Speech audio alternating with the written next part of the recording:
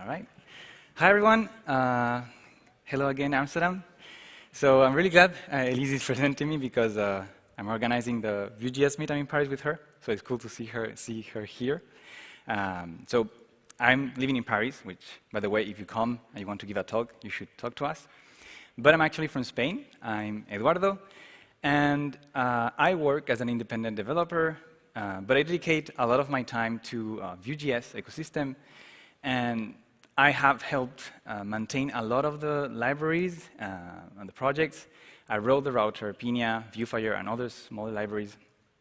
But I have done that for almost 8 years now. So I have seen things change a lot. I've seen the time where we had a very different way of doing state management called UX. That was a little bit different. It was based on the Flux architecture, had functions like commit, dispatch, and more importantly, or more impact, it didn't have any TypeScript. Now I want to know, show of hands, because I can see the public today.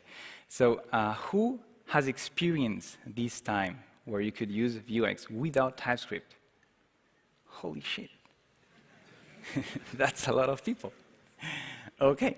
So that was like almost 80, 70%. I don't know, there are hands everywhere. It was great, but then it became something a bit different, right? We started pushing different things, like composition API. We wanted to have things being lazy loaded. It became like a hot thing with Webpack and everything. Types became a big thing with the uprise of TypeScript. And so it was time to rethink the API itself to make just Vuex 5. So there was an RFC with Kia and other team members. And at the same time, I was working on Pinia. And I kept adding back and forward the changes that that were proposed on the RFC and that I added on Pinia. And so there was no Vuex 5. Long story short, it became Pinia, right? So that might look like it was recent for some people, but it was actually more than 4 years ago. So time really flies. And that gives me the time to give you what I like to call a disaster class instead of a master class, to show you some of the most common mistakes that I have seen over the years, not to shame or anything, because some of them I actually made them myself, but just to show other ways or better ways of doing it and explaining why it doesn't work. And so I want to talk, and also because most of these things apply to Vue as well, not just Pinia, so that's interesting to know. And I want to start by talking about habits. So it's important to acknowledge that when we are used to doing things a certain way, we are going to try to keep doing the things the same way, and sometimes we're going to force it a bit too much. For example, when we read state, this is a Vuex example, we have this create store, we have the state function, we declare any state property we want, and we can access that state through an intermediate property called state on the store. So here, store state, store.state.is hidden. Then we can add a getter, if we want, that is called the same way. And it works because on Vuex, you have these two intermediate properties, state and getters. Now, I don't know why these became so popular. I've seen it in so many projects. It was just not necessary. It was never needed. You didn't need to create a getter, but it became a trend. So when you move to Pinia, I've seen a lot of people try to create these as well. And the problem is Pinia doesn't have an intermediate property access. So you only have store.is hidden. So of course, that doesn't work. It will create an issue. It doesn't matter how it doesn't work. It just doesn't work. Now, this is very simple, but state getters and actions cannot have the same name because everything goes into the same final object. But more importantly, we shouldn't create getters that do not have any meaning, that do not add any value to the data. Usually, you want a derived version of a data, like a computer property, which is what a getter is. So filtered to-dos, recent to-dos, recent nodes, sorry, all this kind of stuff. They should do something. And so we cannot talk about reading state without talking about mutating state, which I think is a little bit more interesting, is that in Vuex, you had mutations. That was the only way of mutating, the only legal, so to say, way of mutating state outside of the store. So you have usually mutations like set hidden or add to-do or very atomic operations. Now, in Pinia, when you migrate over, you don't have mutations anymore. So you have these equivalent, which is a function, an action, that can be named the same way. And you can do this in Pinia. It's not bad per se, but especially if you get paid by the amount of lines you write. But in that case, I don't think you're going to enjoy Pinia. So I'm sorry for you.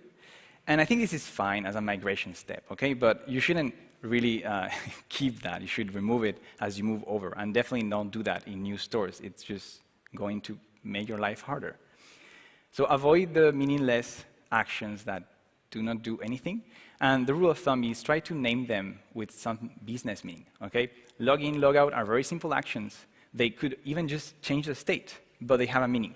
Then other ones can be add to cart, they can be asynchronous, they can be really more complex. Place order, that's an action. So to summarize, it's a good time to say goodbye to all these old things, especially the uppercase mutations. I hated that. And say hello to new things, new features that Pinia gives you, like type safety, lightweight, etc. So talking about nice features is nice, but some of the things are also similar, but they work a little bit different, and that can be a little bit subtle. So let's talk about self-sabotage. Now, this pattern is similar to externalizing the data object in options API in Vue, which I don't know if any of you have seen, but it was possible. It was a hack. It was before the SSR era, so to say. And so sometimes I see these. I don't know if it's to type the state or whatever, but some people, I've seen these in some code. Now, this is a really bad idea. They should avoid. You should really put the state in a function and not outside. The reasons are, if you put it outside, you're immediately creating the state. So depending on how heavy the creation of the state is, if you have deep state or you have to instantiate more complex data, it means that you pay the cost upfront instead of having a lazily created store on demand, which is one of the points of Pinia. On top of that, it fails on SSR straight out, so you're just going to end up reusing the state of another application, bad security risk. And I skipped something. It's OK. The point is, do not externalize the state outside of the state function. Try to use an explicit return type if you really want to type the state. Also, don't use the type param of the generic of define store to pass the state, because you will find yourself passing 5 generics or 2 generics, depending on how you do it, and it's really not worth it. I'm telling you right away. It really is a pain if you want to do it that way. Pinia was meant to be used without having to type manually things too much. So talking about state, talk about one of the big features of Vuex in a way, and in Pinia is a little bit different. Read-only state. In Vue, we have functions like read-only that allows us to transform some state into a version that cannot be modified. So that's called read-only. You can also use a JavaScript getter, so that's get a function. So the prefix get goes behind the function name. And we can also return a getter, so a computer property. So sometimes we might be tempted to not return the user, so the state property, and return a read-only version in any of these ways. Now, the issue here is that none of these actually work correctly for Pinia. It might work in some scenarios, but it will break in others. And what I mean by others is it will break in DevTools. So if you use the DevTools, these won't work for DevTools, but also other things. Now, we have 2 options to make it work. The first one is the good old underscore private convention, the good old-time JavaScript convention. So you put the underscore in front of the actual private property, and you return a getter. And you tell the people you got an ESLint rule if you want. Kind of hacky, but it works, makes the job. And the other version is a little bit interesting. So you create 2 stores, one that is not exported, and another one that is in your file. You export the one that you were exporting before, and the other one is a private store. In that one, you return all the state properties you want, and you can use that store, the private store, inside of the one you export. But you don't return the state properties that were returned by the other store. So you're effectively making a private store and a private state. Now, this works because you have 2 stores, and then Pinia is able to recognize a store that is returned on the private store as state. And the thing is, because you don't export it, you cannot change it from the application code. So this is a strategy that works really well. After that, you can still return it as a computed, so as a getter on your main store. It becomes read-only. And if you want, you can even use some tricks to make it TypeScript, like read-only, deep read-only on the property, or read-only on the computed as a type param. And so, to me, this is important too, because initially, one of the main reasons I made Pinia was to make it type-friendly. Like, it was supposed to be easy. Without doing any TypeScript, it should be type-safe. That was one of the main points. And so I think that TypeScript is about that, is that empowering user code with the libraries more than actually coding applications, but of course, it can also be used for applications. And it should be about improving your code, not about creating problems. So it shouldn't get into your way of developing your applications, which sometimes it does, but that's how it is. So sometimes I see this little piece of code here. So I'm referring to the user token equals ref, and then the anti-object as something. Who has seen this in some code base they have worked with? OK, some people. I would say like 20, 30 maybe, max. So you should create a Jira ticket or whatever you use, Trello, etc., as SAP to change that. This is what I like to call the YOLO cast. And you might be thinking, isn't it worse to do as any or TS ignore? And I think absolutely not. Like, there is no way you can compare just conceding to TypeScript your defeat and not being able to be as smart as TypeScript and say, OK, you win TypeScript. This is something else. You're right, but I still want my code to work. That just straight out lying to yourself. You know that the object is empty, so why are you casting it to something that isn't supposed to be empty in the first place? The issue is that, the main issue is that you will have runtime errors if you do this, right? If you use any nested property access, it will just crash at runtime. But you won't catch that during the build or coding, which is one of the points of TypeScript, is to have the types to be type-safe so you can catch error before the runtime. So what do you do instead? Use the type param of the generics. Ref, shallow ref, reactive, etc. They all have a type param where you can type the actual object. So for example, you can call ref, shallow ref as well, with a type param and not pass any value. And so these will return a ref that can be undefined or the user. And this is so much more realistic. At least we don't lie to ourselves. Or if you prefer, you can have the null initial value and explicitly pass the option, like user or null. And this works with shallow ref and reactive. So then, if you try to access that, you get a type error. Great, that's what we want. Now, the summary is very simple. Just don't YOLO cast. If you're doing that, stop, get some help. If not, use a generic ref and pass the type param, OK? OK, now that we have talked, I have an empty slide here. Oh, no, yeah. If you're using the option stores, I almost forgot, you can do this cast instead. So as null or user. In this case, you're not lying to yourself. The value is null, and you accept user as a possible value. So you're not lying to yourself anymore. Now, let's talk about new patterns, right? Sometimes you have new things, and we don't know how to use it correctly. We are still experimenting with the API ourselves as authors. So we have things that break in unexpected ways. Accessing the store was meant to be this way, like we saw before. We have these property, state, getters. This is outside of a component. Then we have a component where we can access the dollar store, and this gives us access to the root store. And this works in SPA, SSR applications, everywhere. Now, when the composition API arrived, we have to adapt that a little bit. So we have the use store that gives us the same store instance. It's just a little bit different. But at the end, we still get the store without the dollar in front. So pretty much the same.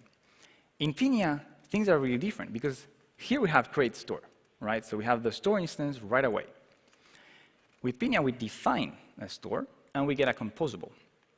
Now, composable is one, if not the most useful pattern in Vue. If it doesn't sound very familiar to you, you should definitely read one of the pages of the documentation. I'm going to link it in a moment. But the idea is that this function can be called in specific places. It cannot be called everywhere, OK? And this is very important. It cannot be called inside of a method. It cannot be called in the module. So we call it, this is why in all the examples we have it inside of the script setup. And then we get a store instance, the model store that we use everywhere. So this is the link. It's very small, but of course it's not like you're going to type that by hand, I know. But you can search composables in the Vue.js documentation. There is a whole page that explains a lot of things about composables, and they will make you a lot better at creating one of the most useful patterns in Vue. Now, the issue, as I said just in a moment, is when you try to do things like this. You call the composable right after defining the store, sometimes for laziness. I've seen it. I've seen it, people doing it, and say, yes, it's annoying to call the function in every component, so I just call the store here, and then I use it. And then they get welcomed by this fancy error, get active Pinia was called there. Who has seen this error before? Yeah, a lot of people, right? So it's so easy to mess up. It's a design issue in a way, I'm not going to lie. But the way the error got improved a little bit with some links to documentation. So behind the scenes, what happens and why does it fail is that the composable defined with the store has 3 different ways of working well. Now, the first one is using the global active Pinia. So this only works with SPAs. The thing is, when we call use Pinia, it sets the active Pinia, and then we can call the use something store, and it would just work. On SSR, it exposes you to cross-state pollution, which is a fancy way of saying that your application is at risk, and your user may find themselves with the information of another logged-in user. Very fancy, very nice, very cool. Now, each time use Pinia is called, it will set that global Pinia, so that's why it doesn't work with SSR. But this is fine for SPAs, and it's comfortable. Now, the other version is explicitly passing the Pinia instance. So this works anywhere, but it is not very convenient. You don't really have always access to the Pinia instance. So in practice, we have other ways to doing it, and usually you just call it in the right place. The third way is within the script setup, which is what I showed before. Now, here is another common mistake, and I think in a way this is a design issue that we haven't really approached well. But you cannot call a composable inside of a method, or rather than you can, you shouldn't. It will probably create a memory leak, or depending on the composable, or other issues. It can also, in this case, in SSR application, expose you to cross-state pollution. Anyway, the good way, the way that works everywhere is just simpler, in my opinion. You just move that to the top-level script setup, and it just works, all right? Now, there is another, if this is still not, I want to say it again, read the composables page on the Vue.js documentation. Really well written, very useful. There is still another version that I like to talk about, is sometimes you need the stores in other global places, like the router, navigation guards, or a middleware in Next. So you might find yourself doing this. It doesn't work, except on SPAs for the reasons I did before, but you don't have to mess up the order of imports, so kind of shitty, I would say. So instead, just move it inside of before each. Now, this is a bit weird, and it can be a bit confusing. It's not really intuitive by itself. But some of the functions that are global, they have access to the inject provide, and this is the mechanism used behind the scene by Pinia and other libraries to make sure that they use the same context. So one application running uses the same context across its execution. And so navigation guards is one of these places where we have these injectable context that I don't know really how to know. We didn't give it a name. But you can use the store within a navigation guard. It's safe. So to summarize, avoid calling the store directly in files. That's for sure. That doesn't work well. And try to call it in the places where we have the inject context. Navigation guards, script setup, other composables, because at the end they are called in the right places too. It's recursive, etc. Now there is another one that is really subtle, but it's so easy to fall for it, is reactive and ref. So the difference between them, I think, are well known, it's well explained. Ref can be changed, a value ref can be changed, but a reactive object cannot be replaced. So usually, personally, what I like to do is use reactive for collections, because they have a method that allows me to reset them in a way. And everything else, I use a ref. But still, it's OK to use a ref on a collection, like a set. The issue is, if you use reactive on an array, so you get a comfy array that you can push directly, is reactive, etc., and you return that, if you, by accident, modify the array, or not by accident, on the store, you will end up with a runtime error, a runtime problem that might expose you to you later on or not. The thing is, we are replacing the actual state in a place for reasons, and so we end up with two sources of truth. So create a lot of problems down the road. Now, the solution is way simpler. It's just, if you can, or if it makes sense, because it doesn't always make sense, use a collection instead of the array, if it makes sense, I repeat, or just use a ref. Or use one of the read-only things that I said before, because it also works. And you can still keep using refs for arrays. All right. Let's talk about one of my favorite topics, overusing stores. So this one is hard. I will spare you the example where you move a prop into a store that you shouldn't have moved, because have been all over the places, and it's really annoying. So let's talk about a more advanced case that is also interesting. It's more about global state and data fetching. So I think it's a very common use case, which I don't think is the initial intended use case for Pinia, but still works. It's having some fetching function. So this is a store. We have a list of projects, and we have a current project. And so we fetch the list of projects, we select the project, and we can do that inside of a page. So I'm going a bit faster because I'm realizing my time is a bit off. We could have some way. I've seen this in projects. Okay, I'm not kidding you. We could have a page where we display the list of projects, and we can select a project. And the issue is that, depending on how we select the project, we end up with a disconnected state. So what are we doing here? Here, we are fetching the project at the same time as we push.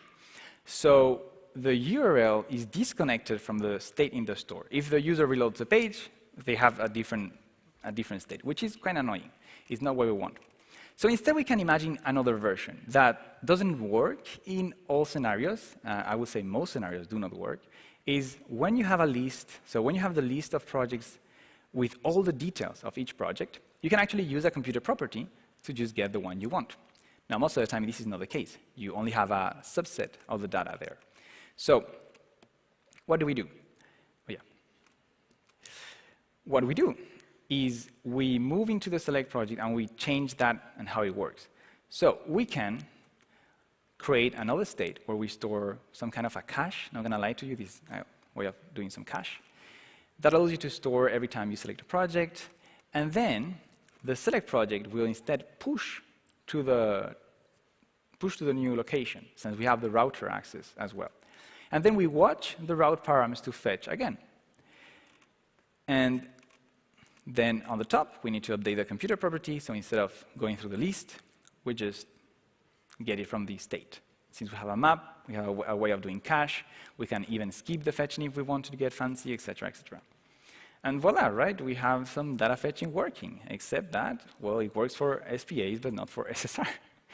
And I know SSR can be sometimes a pain in the ass, but I'm not going to go into the details of why and how to fix it, but I'm going to give you a glimpse.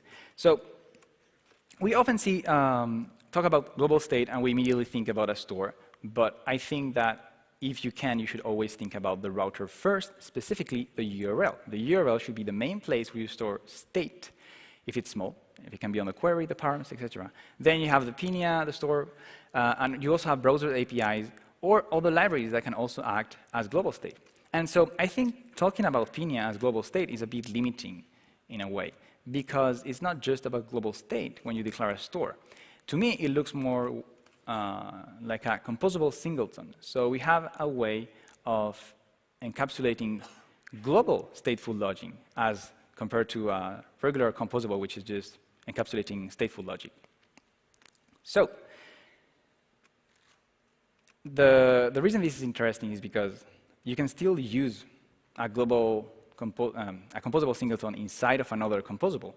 And this allows you to create different interactions. You can control how or what do you create with a composable. Sometimes you need to create things once, and other things are not created and created every time, depending on the component.